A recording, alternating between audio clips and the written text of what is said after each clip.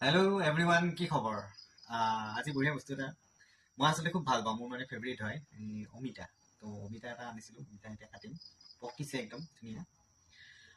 বলক খাব।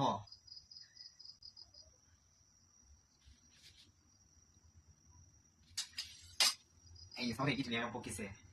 টেং টেং টেং। ভিতৰত গুটি এটাও নাই। আহ, তো মিঠা বহুত হ'ব চাগে, নাজানো। তো খাই চাম। মই অমিতা ইমানেই ভাল পাওঁ মানে, মোক যদি কোনোবাই কয় যে অকল অমিতা খাই জীয়াই থাক, তেওঁ মই অমিতা খাই জীয়াই থাকিব পাৰিম। কিন্তু কেঁচা নহয়, অকণমান আদহীয়া যে হয়, আধা পকা আধা কেঁচা, সেইটো হ'লেওতো ভাল পাওঁ। আৰু বেছি পকা হ'লে মই আৰু ভাল পাওঁ। সেইটো মিঠা আছে নে, মই খাই চাওঁ।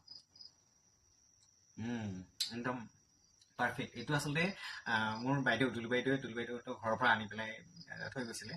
তামাম টেষ্টি। এতিয়া স্কুলৰ পৰা আহিছোঁ, সন্ধিয়া সময়, ঘৰত কোনো নাই, দেউতা আৰু মই। তো এটা অমিতা একদম পুৰা একে অকলে বহি বহি খাম।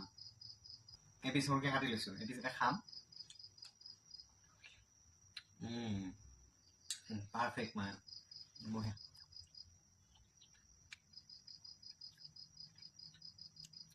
আগতে খাই লৈছোঁ, পিছত দেউতাক দিম।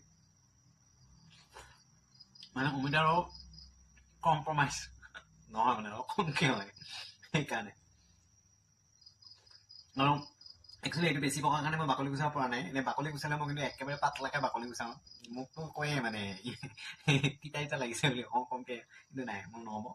মই মানে অমিতা একদম পূৰা দেখিছে এতিয়া। সুন্দৰ।